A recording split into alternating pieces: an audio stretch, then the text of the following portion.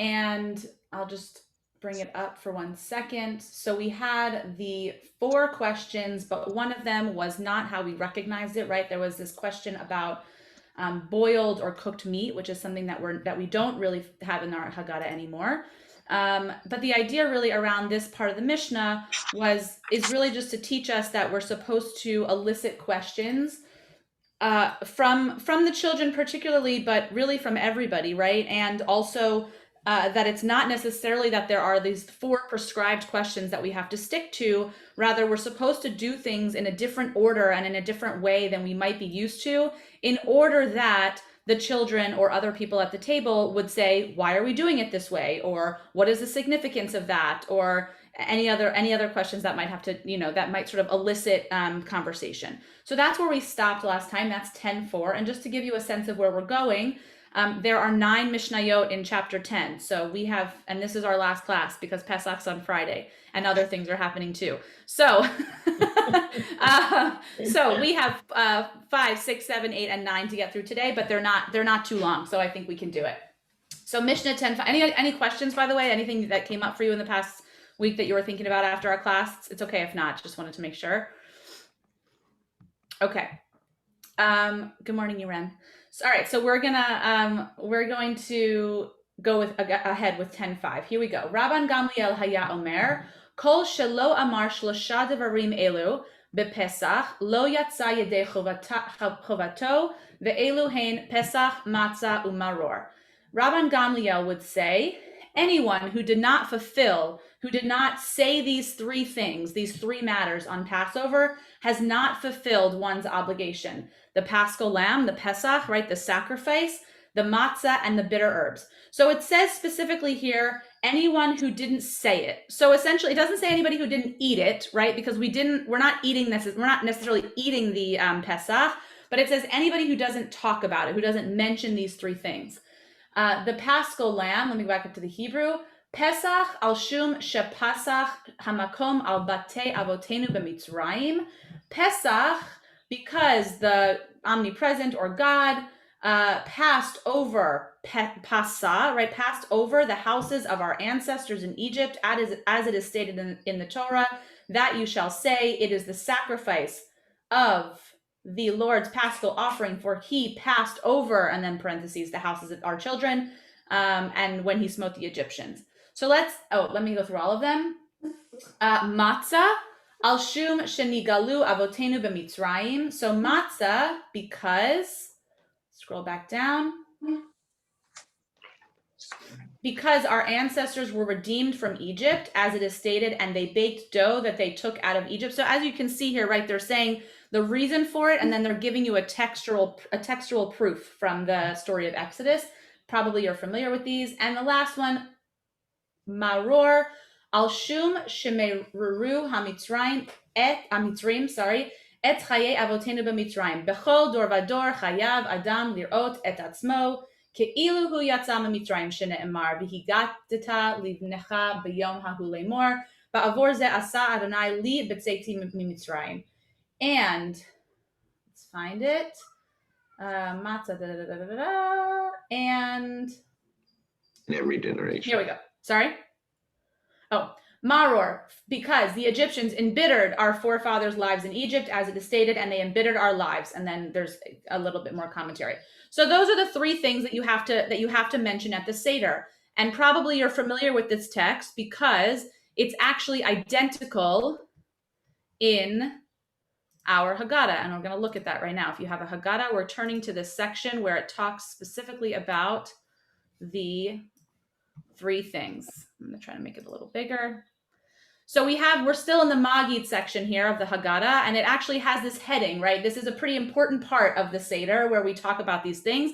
The Magid section, where it says here, devoted to storytelling. Hold on.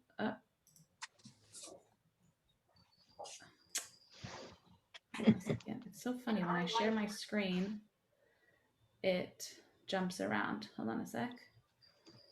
110, I think I was on. Here we go.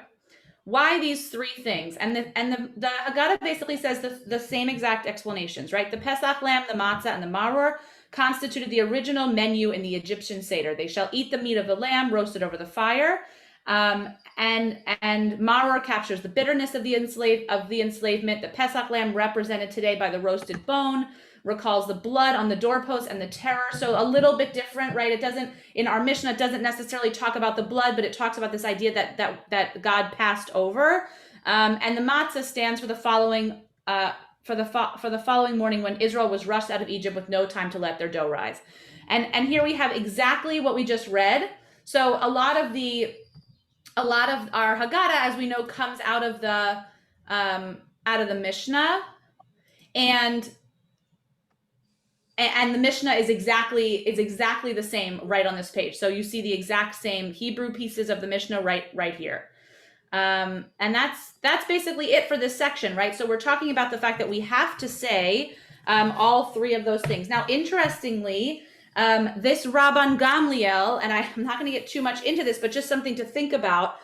We read Rabban Gamliel and we think, oh, this is the Rabban Gamliel that we know from all the other Mishnayot that we've studied. And the commentary in this Haggadah, which is what I think I introduced this to you all last week, the Haggadah from the Schechter Institute, says that basically this is maybe not the Rabban Gamliel that we're familiar with. This might be another Rabban Gamliel who was post-Temple times.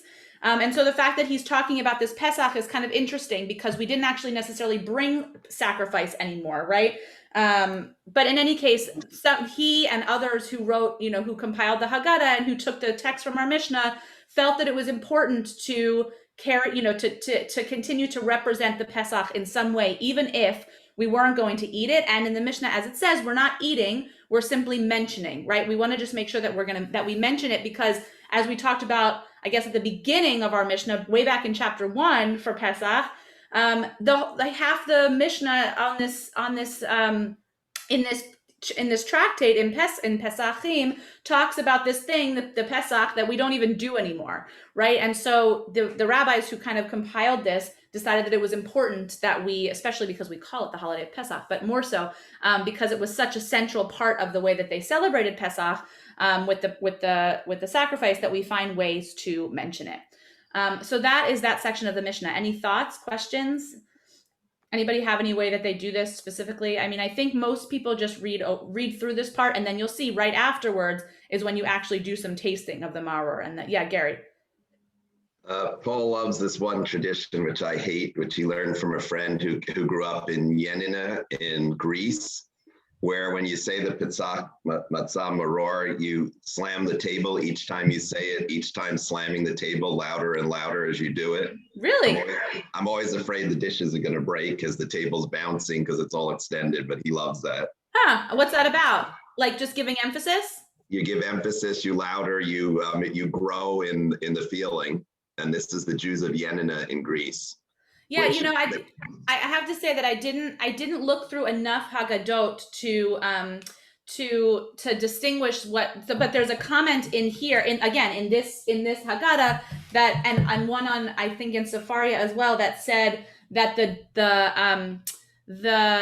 that in the Mishnah it says Pesach, Matzah, and Maror, but in some Haggadot they change the order.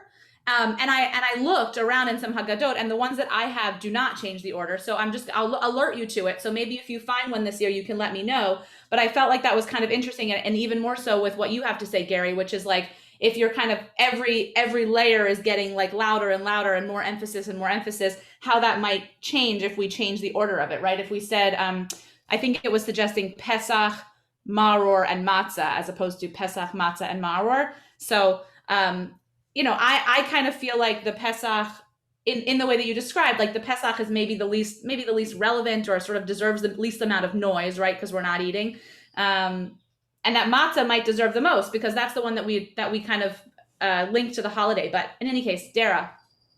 I'm sure you covered this last week that I missed, but can you give me an idea of the chronology? Like, when was the Haggadah compiled? Well, it's interesting. There's the Haggadah was compiled at a lot of different, it took a while. It wasn't just like one. It wasn't just one time, but obviously post Mishnah times, right? Because most of the Haggadah comes from the Mishnah and post Temple when we weren't actually bringing sacrifices anymore. I don't know if that helps particularly exactly, but sort of post Temple and post Mishnah. Okay. Iren. I'm Oh, you muted. yeah. When you were talking about the slam the table, Gary was talking about that, and emphasis. It makes me think when we say in the service, Kadosh, you taught us that you can rise each time a little more. It's also in three, Kadosh, Kadosh, Kadosh. The emphasis of the holiday. Yeah. That you're rising a little bit higher on each. There's two ways to do the kadosh, kadosh, kadosh, and one of them is that you sort of raise slightly higher each time, and elevate it. And I think that's an interesting comparison, but also particularly the way that in what Gary shared, which is if the order changes, how does that maybe change that tradition or make you think about it differently? Again, I haven't found it. I just found a commentary that said that in some Haggadot it's different. So I'd be curious to know if anybody finds it. All right, I'm going to go back to finish this Mishnah. So therefore, because of those three things, particularly the last part, right, where we're taken out of Egypt, which is like obviously the central theme of Pesach. Therefore, we are obligated, and I want you to see this language because you've probably heard it before.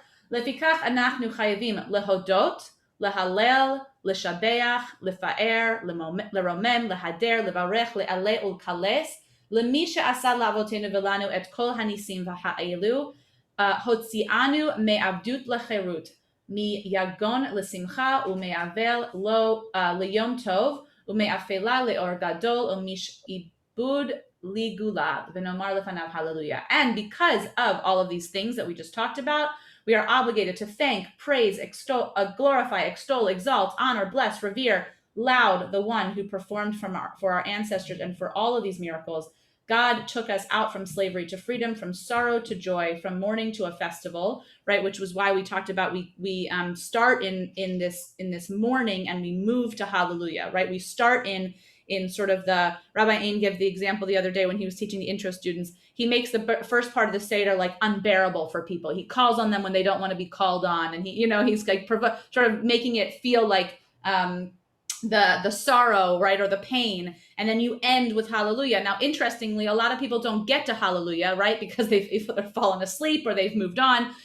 Seder's too long, so that's kind of something to think about. That if you aren't going to do the whole thing, that you still should find a way to move from sorrow to joy. You should still try to find a way to do the beginning and try to find a way to do something at the end that makes you feel uplifted. Not just eating the seudah, not just eating the meal and then stopping. That's definitely a custom in my household and in my husband's household. We lose all the siblings by the end. They're all on the couch asleep, but some of us stick around.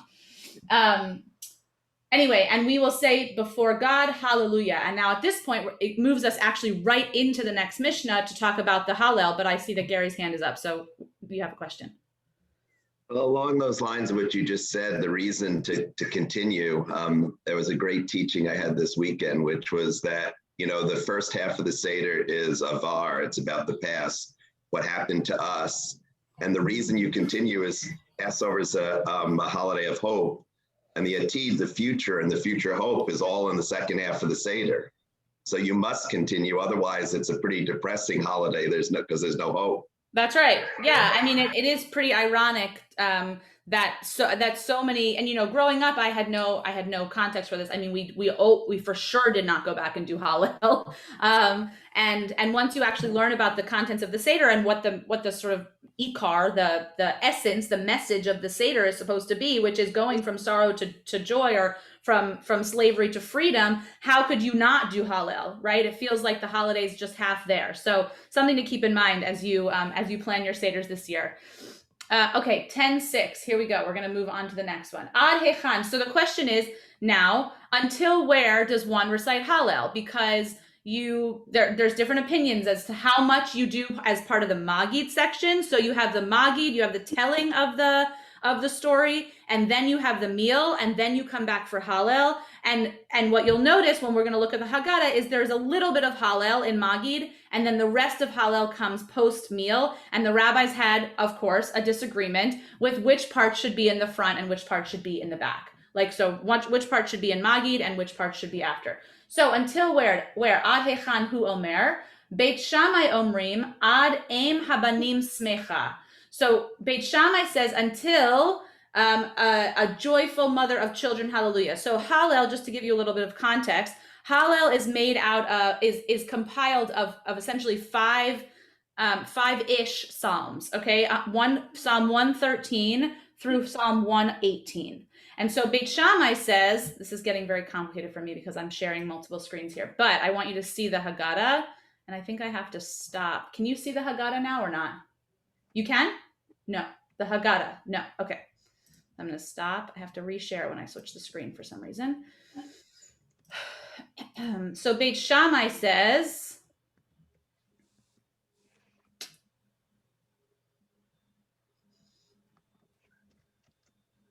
yeah, this is the problem. Okay, hold on.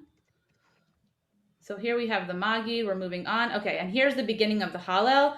Beit Shammai says, up until Eim Habanim Smecha, hallelujah. So he says to end right here. Okay, this is the first section of the Psalms.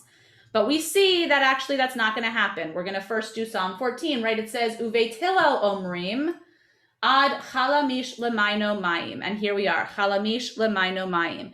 And he says this because, okay, so just to show you again, in the Magid section, in the telling of the story, we have these two psalms that come at the end of the Magid before we eat our dinner. O servants of God, give praise. Let the name of Adonai be blessed now forever and ever. And this psalm ends with the line, God places the childless woman among her household as a happy mother of children. Hallelujah. This is where Beit Shammai says that we're supposed to end the Hallel and start eating. But as we know, the Haggadah continues, and we have B'tzeit Yisrael, the beginning of Psalm 114.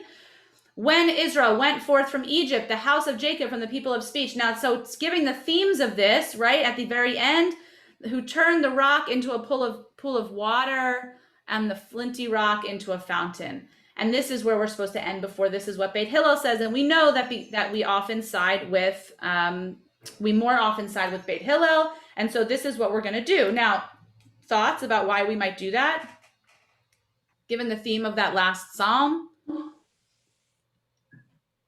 Egypt, right? It essentially says, Rabbi Beit Hillel says, well, you can't not mention Mimitzrayim, essentially, right? That's how the psalm opens. You can't not mention Mimitzrayim before you're going to go in to eat your meals. So why would you put that afterwards? You should put it before. And so that's what we do. We have these two psalms, and then we pause, and then we come back to do the rest. Okay, let's keep going. Now we have arguments or machlochet between Rabbi Tarfon and Rabbi Akiva. Okay.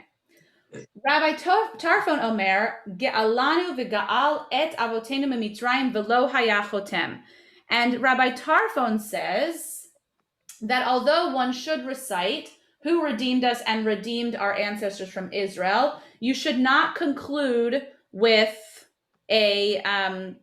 you should not conclude this paragraph. So I'm going to go back to the Mishnah again, to the Haggadah again to show you. I'm going to also, actually, I'm going to read the whole thing and then we'll go look at it. Rabbi Tarfon says, right, that although you should recite who redeemed us and redeemed our ancestors from Egypt, that you don't have to sort of conclude. Chotem is the chatima, right? We say chatima, which is like the end of the blessing. You don't have to sort of conclude this paragraph.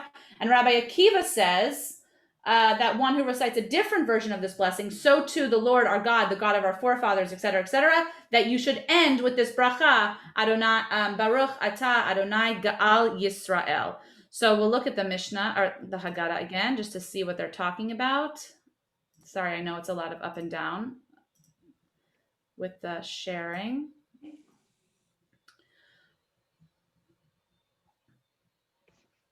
So here, Rabbi Tarfon is the first opinion, says that you're supposed to do this part. Baruch atah Adonai Eloheinu melech haolam asher ga'alanu v'ga'al et avotenu mimitzrayim v'higi'anu lalayla hazeh le'echol bo matzah o maror. Stop, right? Adonai, our God, sovereign in the universe, who redeemed us and redeemed our ancestors from Egypt, who brought us on this night to eat matzah and maror. He says stop.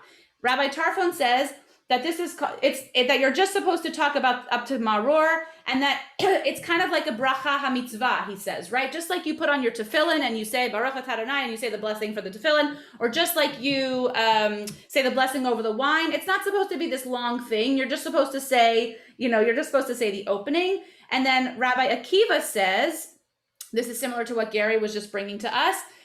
Rabbi Akiva says that you should say the entire paragraph. Why? Because let's see what it says afterwards. Adonai, our God and God of our ancestors, may you bring us in peace to future holidays. May we celebrate them in the rebuilt city, and may we be able to eat the Pesach lamb and the other sacrifices offered on the altar. We will thank you for our redemption. Blessed are you, Redeemer of Israel. So here we have not only the beginning, the opening, where it's talking about the past, but this paragraph, the second cup, the kos sheni, this paragraph here tells us starts in the past and finishes in the future. And I think it's really important to note that, right? Rabbi Tarfon says, well, you really can just stick with the past, because here this section of our Haggadah is talking about the past. It should just be a short one-liner, and don't worry about it. And Rabbi Akiva says, no, we're moving into the meal, right? And we've started the Hallel, and we're sort of moving forward. And you have to account for both the sorrow of the past and the sort of redemption and the liberation of the future. And so you should be thinking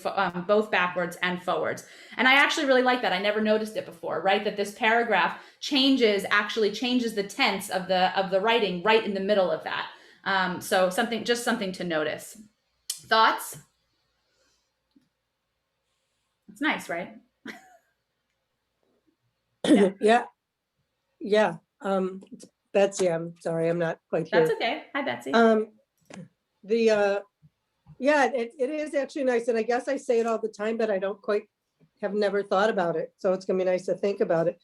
But yes, it's nice to think that we're always looking forward. I mean, first of all, there's always the thing of Mashiach, but the redemption was also the return to Jerusalem, because this came out of Babylonian exile. So it was just that was the first thing that people wanted to get back to the holy city and reclaim their life. So it's really nice, and it is really nice to always find the light at the end of the tunnel. Right, and to sort of continue to find these parallels between the beginning of the Seder and the end of the Seder. To me, I'm really fascinated by it, only because of my own upbringing, and I know so many other people who really just sort of start at the beginning and don't get to the end. And now that I've thought that through, like, I'm having trauma about it, because I'm like, how did we do this Seder and not finish? It's good that my mom's not here. So anyway, it just, and then you see this all throughout the Seder, right? This bracha starts in the past and ends in the future, and it's just it's all over the place. Marty. Oh, sorry. And then Todd, I see you. Oh, Todd, do you want to go first? Please, Marty. I was just going to say that, as you say, the light at the end of the tunnel, I think we're all looking at, also related to the pandemic. Definitely. Yeah, that's right. That's right. We're in our own sort of moment of liberation, right? Hopefully heading into that moment.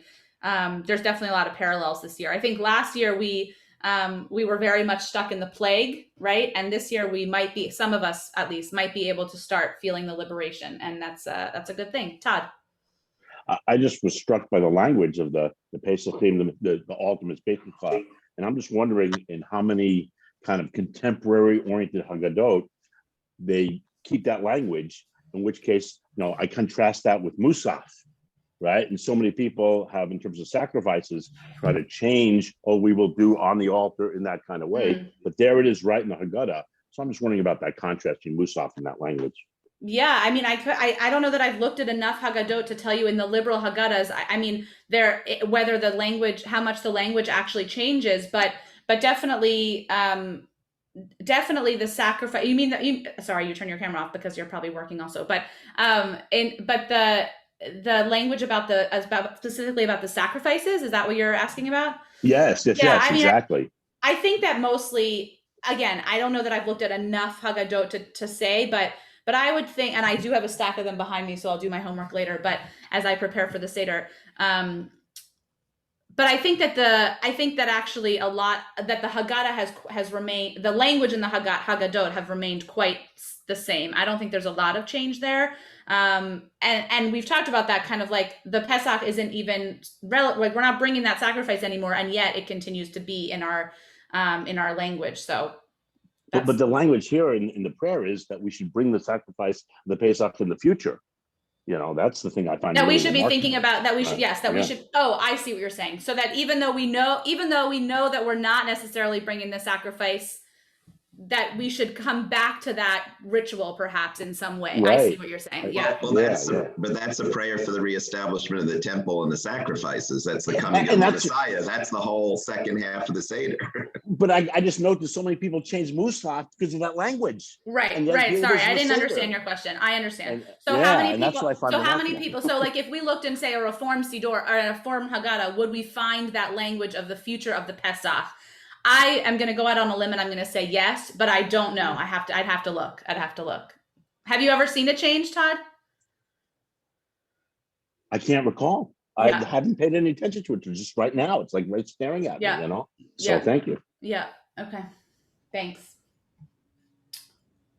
Okay. That was 10. Let's see. Let's go back onto the, oh yeah, Irene. Does it say anywhere who should lead the Seder? Who should lead the Seder? So it doesn't say necessarily who, but it does say, it will say things like you mix the third cup of wine for the leader of the Seder. So it does put emphasis in the leader, even though we know today that everybody is kind of doing this together, right? As everybody's participating in some way. I think it was probably presumed that like the head of the household, led the Seder. Growing up, it was always my grandfather, even though he really didn't know how, like he didn't have any more sort of, expertise than the rest of us, but he was the head of the household, and so he did it. Yeah, not sure. Betsy. You just said something that about in light of the leader that you poured the cup, or you prepared the cup or something.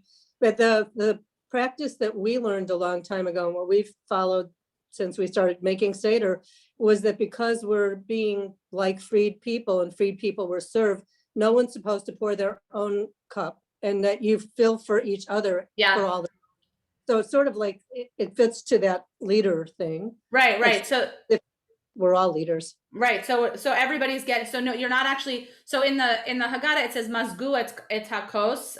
So you're adding the water to the wine, and somebody, like you said, Betsy, there were probably servers at these Sederim, right? That you didn't actually have to pour your own. And now we've maybe altered that a little bit. And so you pour each other's wine is a nice custom. I've seen that as well. Yeah, that you're not actually supposed to do your own. Nice question. Thanks. Yeah. You'll stick to that tradition, right, Irene? Someone else will pour your wine this year. Good. Okay. Robert's listening, thinking, oh no, what is she learning? Okay.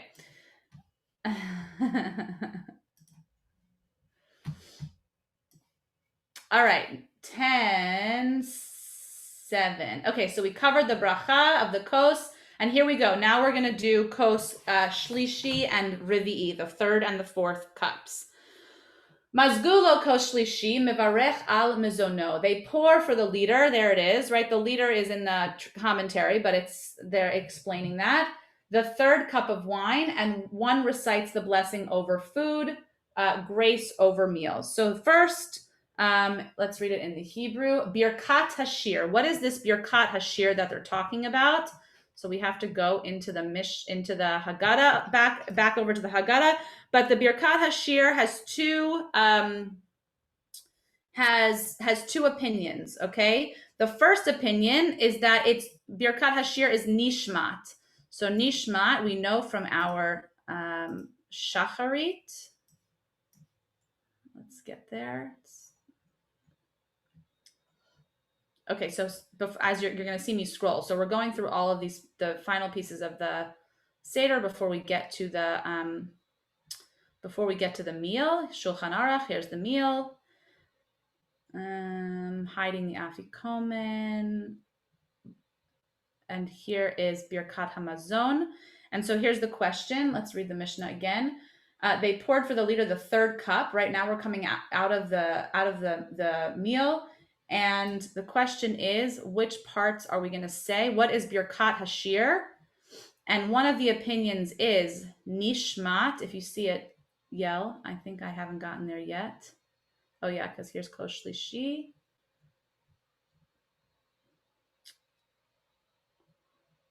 Here we go. So this is all of Hallel. Okay. Hallel Gadol. Here we go. Nishmat. Okay. So what do we do after the third cup? We say Birkat Hashir. Birkat Hashir. What is that? They ask. And the first explanation is it's this section. Nishmat. The life of every breath of every living thing will bless your name, God. Without you, we have no king, no redeemer. No one rescues us. You will not slumber, or you will wake the sleeping, give speech to the mute. Even if our mouths were full of song of the sea, our tongues like the waves. From Egypt you redeemed us, the house of bondage. Tens of thousands of Jewish communities praise your name. Blessed are you, God. Great praises of masters of wonders who chooses the songs of praise, life of the universe. Okay, this whole section of Nishmat is what the one of the commentaries says is the Birkat Hashir that they're talking about here. And then the other half of that, or the other opinion, is that it has to do with that it's not actually talking about Nishmat necessarily, but about the end of Hallel. So we just saw that, right? We just saw all this Hallel reference, right? Min HaMeitzar, all the pieces that we know. And of course, we know that now that we've seen in the Haggadah that we actually do both. So one opinion says it's just the Nishmat. One opinion says it's just the Yahalalucha, the end of the Hallel, which is this bracha at the very end of Hallel. Let's see where it is. Yahalalucha Adonai Eloheinu kol ma'asecha. Here it is. Ki lecha tov lehodot ol shimcha na'el lezamer ki me'olam ve'ad olam ata'el. And then we go into the great Hallel. So again, one says Nishmat, one says the end of Hallel. We know that we do both, okay? And we'll jump back over to the Mishnah to see what it says about that.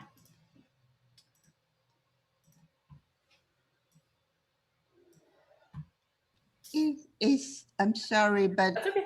is shir meaning the song? It means song. Yeah. So it says like that you sing the bracha of shir, the sing, the birkat, like birkat hamazon, the blessing after meal, birkat shir, the songs, the blessings of the songs. And so the question is, what does that actually mean? And so this was what the commentaries teach us. Bein hakosot halalu im rotsa lishtot yishteh. Ben shlishi la revi'i lo yishteh. So between the second and the third cups, you can drink all you want, okay? Enjoy your wine, do some tastings, bring out some bottles that you hadn't seen before, drink all you want. But between the third and the fourth, right, between the after the meal and the end of the Seder, you are not supposed to drink wine outside of the actual kos that you have. So before at the beginning of the Seder, you have kos rishon, and then you have kos sheni, and that's 1 and 2. And between 2 and 3, you're good to drink. In other words, you can sit at your meal and enjoy your wine and carry on. But as you finish the Seder, you're not supposed to drink more than what you have in your cup. Now, there's a question about how much people fill their cups, right? We talked about this last time. Like, how much do you actually have to drink in a cup of wine to be fulfilled? We also talked about grape juice. Like, what if people are using grape juice instead of wine? I'm going to pull this down for a second because I kind of think this is interesting. So the custom is that you can drink during the meal all you want, but that you can't actually drink towards the end of the Seder. The reason being, they say, is that you don't want to get too drunk that you can't finish the Seder. Now, that doesn't make a whole lot of logical sense, because if that was true, you wouldn't want to be drinking during the meal. You might want to sort of be sipping towards the end. But, I'm just following the commentaries and the Mishnah here to bring it to you. But it does kind of beg the question of what is the point of the wine, right? Is the wine, does it actually have to be wine, or can it be grape juice? Because it's come up before, and in most traditions and most households, you could say either way. But if the idea was to sort of get to this like tipsy kind of a point, right, where you're feeling joyful, grape juice might not do it for you, right? And so it kind of goes back to the question, which I think somebody asked last week, which is how much do you actually pour? Are you supposed to feel like you're kiddush, on Shabbat, where you pour it to the very edge? Sometimes people even pour it to a point of overflowing, right? So that and they sip off the top. Are you really supposed to drink 4 full glasses of wine like that, or is it just tastes? And I think that given this Mishnah, I think that it lends us to believe that there is a sort of tipsiness factor here, that you're supposed to sort of get into the, not necessarily get drunk. It does distinguish between having fun and being drunk and not being able to finish. But certainly, says there's something about wine and the content of wine and the alcohol, specifically the alcohol content of wine, that is important in the way that it makes us feel at the Seder. So any thoughts about that? I see people are nodding like they can get along with that. That's okay. Well, as someone who has a really hard time getting past a normal glass of wine prior to falling asleep at the table, I probably do 2 cups of wine, and then I do, Gary will hate hearing this, but like a wine grape juice or just grape juice, because I like can't handle the rest. And I'm still very joyful, but at least I'm awake. Right, but so that's a great question. So what like sort of takes precedence? Is it the wine and the joyfulness and the sort of again tipsy factor of how wine makes you feel, or is it getting to the end of the Seder? Because for you, Betsy, it's either or, right? We can't do both. We can't have 4 glasses of wine and expect to get to the end. I'll drink 4 glasses of something that's not water. But one of the other things is I think it's 3.3. A lot of people serve like a bigger goblet or whatever. So you don't fill up a super big glass to the top. Right. You need 3.3 ounces or some number like that. I don't, Gary, maybe you know it. Well, but it depends on if you're drinking, Betsy, a Merlot or I'm just kidding. No, I know that's the thing. It's like a dry white wine. I don't know. It doesn't work. But I think, you want to finish it all, or you want to drink more than half. You don't want to just be sipping like it's your dinner wine. Right. How are the wines curated at your table, Gary? Just whatever we can find. Really? It's hard to find good Passover wine. Yeah. Okay. We do have Seder sours, though. Do you what is like cocktails? Yeah. Do you start white or do you red all the way through? Everyone gets their choice. We have multiples. Okay. What I love about this teaching, though, is that it explains why we have a minimum amount, because the tradition is you must fill the glass with whatever amount you're going to fill it, and you must finish it. Which seems like a weird thing, because normally, even if you just have a sip of wine, you would say a blessing. Right. But this explains why it's more than just the sip to fulfill the bracha. It's because we're supposed to get to the point of being tipsy or joyful, just not too far. Right. So, and it's hard. Yeah, with 4 cups of wine, it's hard to regulate that, I think. Irene. I am thinking that, I'm thinking just that when you recall the past and the sorrow, you almost need a lot to drown, even though you wouldn't be able to do it, but you need a lot to forget those difficult times. And then as you move slowly into the hope and the future, you grasp yourself again towards the reality of being happy without the need of the wine. Yeah, I love that. I love that, except that we drink more at the end than we do at the beginning. So I'm not sure that it works, but I like the idea. You might be drowning in your sorrows by the end of 4 glasses of wine. I don't know. Sandra, I see you. I'm going to ask you to unmute yourself so we can hear you. Okay. Well, my Haggadah quotes from Psalms saying, "A vineyard of Adonai is the house of Israel, and the people of Judah is the plant that delights him." That wine symbolizes, the fruit of the vine symbolizes the Jewish people.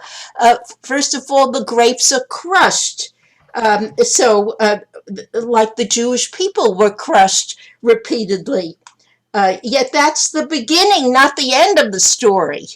So in the crushing, the fruit of the vine undergoes a metamorphosis, turning heady juices into heady juices that gladden the heart. So this is symbolic of the progression of the Seder as well. I love that. That's beautiful. Thanks, Sandra. Where is that? What Haggadah are you using? It's the Rabbinical Assembly's Haggadah. Oh, nice, nice. The Rabbinical Assembly coming out with good commentary. How about that? Amazing. You have that one too, Carrie. Great. That's great. That's a beautiful commentary. Yeah. So the wine is sort of a progression of our own history or how we experienced the sorrow to the joy. That's lovely. I love that. Thank you. Anybody else?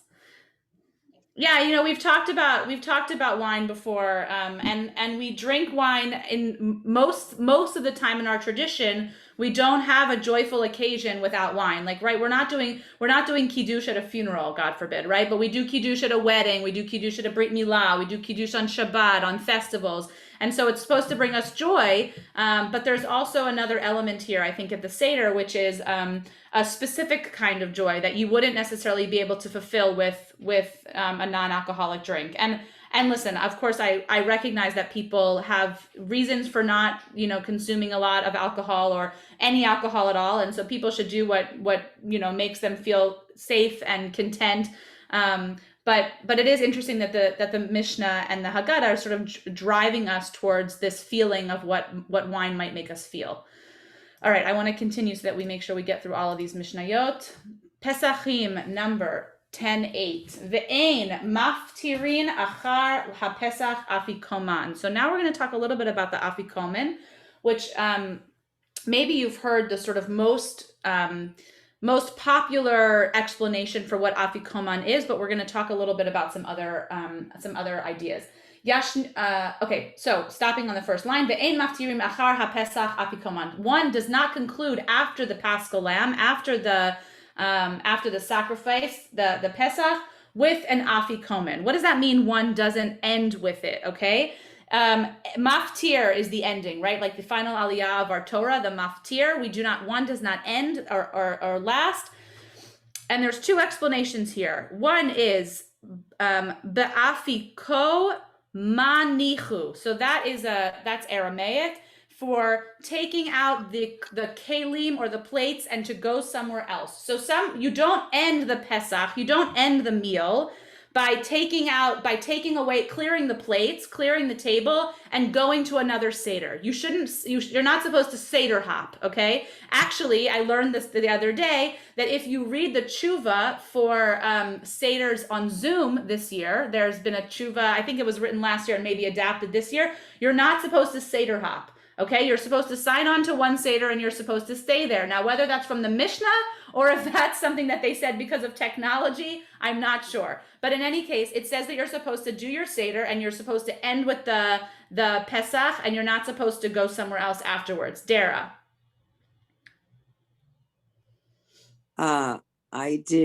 We do one West Coast followed by one East Coast on the same night. Yeah, I mean, people can definitely do it now, right? We didn't do it on the Seder night, but I know that people sort of, did one family and then another family. It sounds like maybe that's what you guys are doing. I'm not here to tell you what to do on your Zoom Seders. I'm just telling you what the commentaries say. So you do your tradition how it works for you.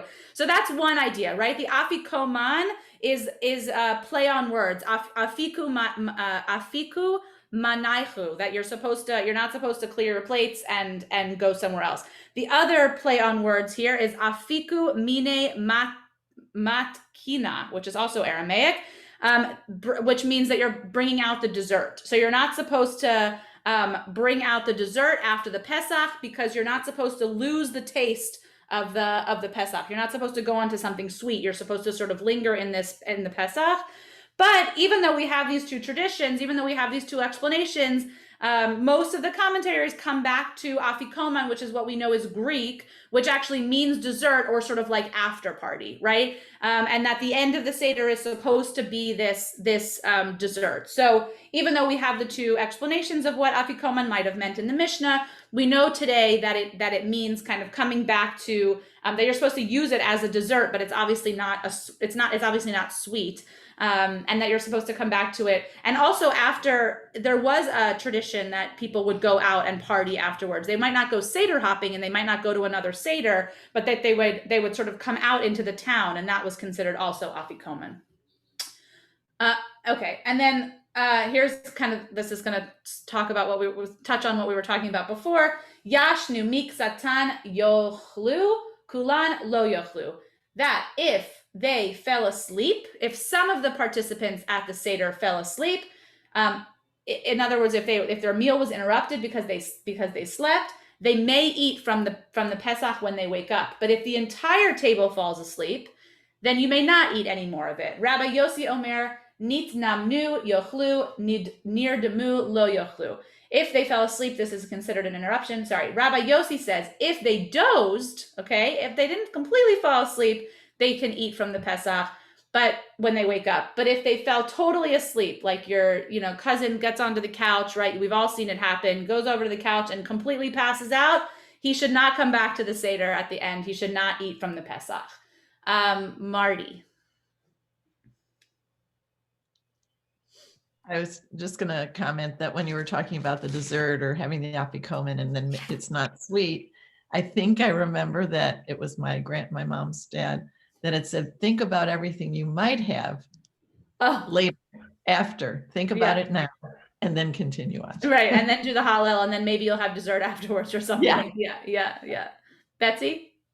So our family and the way I grew up, the custom was, dessert after the meal, then afikomen, and then the end, like Hallel and all that stuff.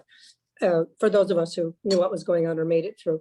But David and I, for many years, were spending one Seder with a friend's family, and that there's a Sephardic custom, and her father would always give the afikomen, which he threw kind of around the table to people. He'd throw the piece of afikomen, but the dessert wasn't served yet, and then they did dessert after, and we were very uncomfortable with that because that was like backwards from what we were, taught. And like you had already benched or not? You had already the afikomen was supposed to be the last thing in your mouth before you benched. But not dessert, and as you're referring to. So we would just hold on to the afikomen and, eat it later, and then they would do benching. But it was just weird because it was a whole different way of doing it. Yeah. I mean, it's possible that it's a Sephardi custom. It's possible they just didn't know. There's sort of any number of reasons. My guess is they knew, and it might just have been an Iraqi minhag of his family or something. Maybe, or they said, I thought we were supposed to end in joy, right? So we're going to end it into the sweetness. They took it very seriously. I just want to ask you, there's a question here in that you may, I don't know if you're seeing it, what Haggadah are you using in your share? I would like to know that too. Is that the Schechter one? Oh, in the share screen, no, is the A Different Night. It's very nice looking. Yeah. There's like a slim version, kind of like our Seder Reim, where there's a abbreviated version, and then there's a long version, and there's also even a leader's version. So there's lots of it's a nice leader's Haggadah.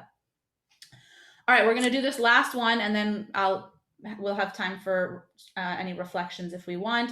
This last one, to be totally honest, it's a bummer that it ends here because we had such interesting Mishnayot before this, and now we're going to talk about the Pesach and sort of defiling your hands and things like that. So we're going to do it very quickly, and then just end in celebrating the fact that we got through another book of the Mishnah. We skipped 8 chapters, but that's okay. Pesach achar hatzot mitamei et hayadayim. So the sages further said, I'm going to read this one in English. The Paschal lamb, the Pesach, after midnight, renders one's hands ritually impure. An offering it becomes notar, an offering that remained after the time when they may be eaten has expired, and the sages ruled this both pigul. Pigul, if any of one of the 4 essential procedures, which you were either slaughtering or receiving blood in a vessel, bringing blood to the altar, etc., for a sacrifice, is done with the intent of eating the sacrifice or burning its non-eaten parts on the altar after the time of which it was supposed to be done, it's considered pigul. So it must not be burnt. It shouldn't be burnt up at the altar, was the idea here. So notar rendered one's hands ritually impure if one recited the blessing over the Pesach, which is who sanctified us with his mitzvot, commanded us to eat the Pesach. He has also exempted himself from reciting a blessing. The blessing for the festival peace offering of the 14th of Nisan is who has sanctified us with his mitzvot and commanded us to eat the offering. However, if he recited the blessing over the festival offering, he has not yet exempted himself from reciting the blessing over the Paschal lamb. This is of Rabbi Yishmael, and Rabbi Akiva says, this blessing does not exempt from reciting a blessing over this one, and that blessing does not exempt that one, as they are separate blessings for each offering. So they're basically just talking about the Pesach and how you sort of interact with it. Again, if it touches your hands, if not, if you're burning it, if not, it's not totally as totally relevant. A Rabbi Akiva essentially sees both sacrifices, the Pesach and the other one, which is called the, where is it? Anyway, the other kind of sacrifice, sees them as separate, and therefore you don't recite one blessing over the other. It's kind of a bummer of a way to end our Mishnah, because it's not super relevant anymore. Thoughts, not on necessarily on this Mishnah, because I'm sure not many people have much to say on this final one, but yeah, Gary. I have a question that we didn't cover, which when I was putting together a digital Haggadah came up, and I don't have an answer. It's in the order. It never occurred to me that we talk about Zohar Netuyah and Moftim and all the things that bring us out before we talk about the plagues, which seems backwards. Is there a reason why we do that? I don't know. I mean, I'm sure that there's there's commentary on why we might do it. I don't know that I know the answer. So that we're talking about coming out of Egypt before we talk about the plagues. You mean, so it's kind of like taking the story out of order, essentially. Yeah, we really take it out of, I mean, I assume it might be to give us hope, but I mean, it just seems weird. Yeah. We talk about how we're led out of Egypt with an outstretched arm, and it's repeated multiple times. Then we talk about signs and wonders. And these are the most famous phrases from Torah on Pesach. And we say them before we talk about the suffering. It just occurred to me last night when I said, oh, I must have put this in the wrong part. In the wrong order, and then you didn't. And I went back, and everywhere it's that order. Yeah. Yeah, I don't know. I don't know that, most, like you said, most of the order, I guess, makes sense. And then that's kind of seems out of place. That's an interesting question. And I'll, if I find anything, I'll let you know, but I'm not sure. It's a good question. Anyone else? Iran. Are there Seder in other cultures? What do you mean? Well, I was thinking, with the Black Lives Movement that's happening, I was wondering if a Seder wouldn't be a form of hope and integration, just like we went through. That's a great question. I'm not aware of it, but we have, like, Seder means order, right? So we have a Tu B'Shvat Seder, for example, right, in our tradition, which is kind of a take on the Pesach Seder, but it's specific to Tu B'Shvat. And so I imagine that there are meals that tell of that there are, celebrations or rituals that tell of historic events. Whether they're called Sedarim, Seders, I'm not sure. Has anybody ever heard of one? Anybody else on the that's here this morning? No. Dara? Yeah, I've heard of a lot of Seders being adopted for other cultures. Yeah, for sure. Like what? Like what? I don't know exactly. I'm thinking maybe Mormons or other branches of Christianity have adopted the Seder, and a lot of the images I know resonate with the Black community. So Sure. I'm sure there have been. I'm sure we could look that up. I wanted to say something about Gary's question. It occurs to me that maybe the language around took us out of Egypt with an outstretched arm and all that comes first is sort of like, okay, this is what we're talking about, like a general framing of the story at the beginning, and then mentioning the plagues after is sort of, and this is how it was accomplished. That's just one way of maybe rationalizing that out of orderness, but I guess you could think about it that way. Yeah, like it's not necessarily telling of the plagues in that moment, but sort of reflect. Yeah, I like that explanation. Thanks, Gary. I mean, there are a lot. I thought Loren's question was more interesting if we took it as, do other cultures have them outside of the Passover Seder? I mean, yes, many cultures have, in contemporary times, have appropriated ours. I mean, there's a famous Haggadah from, I think it's La Raza in the East Bay, where they talk about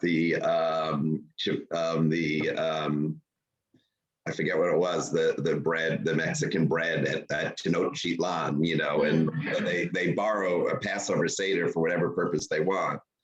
I think I'm wondering if there are like these kind of rituals that occurred in other cultures outside of appropriating ours. Yeah, I'm really not sure. I'm sure that there are, but I don't know that I know of any specific examples. So if you find one, you'll let us know. So at the end of a masechet, at the end of a book, we didn't do the whole thing, but we're supposed to, l'chaim to one another. So I'll l'chaim to you all for your there you go, with your coffee, Betsy, if you have coffee.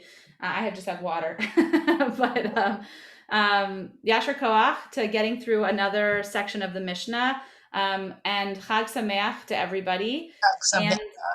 And this will be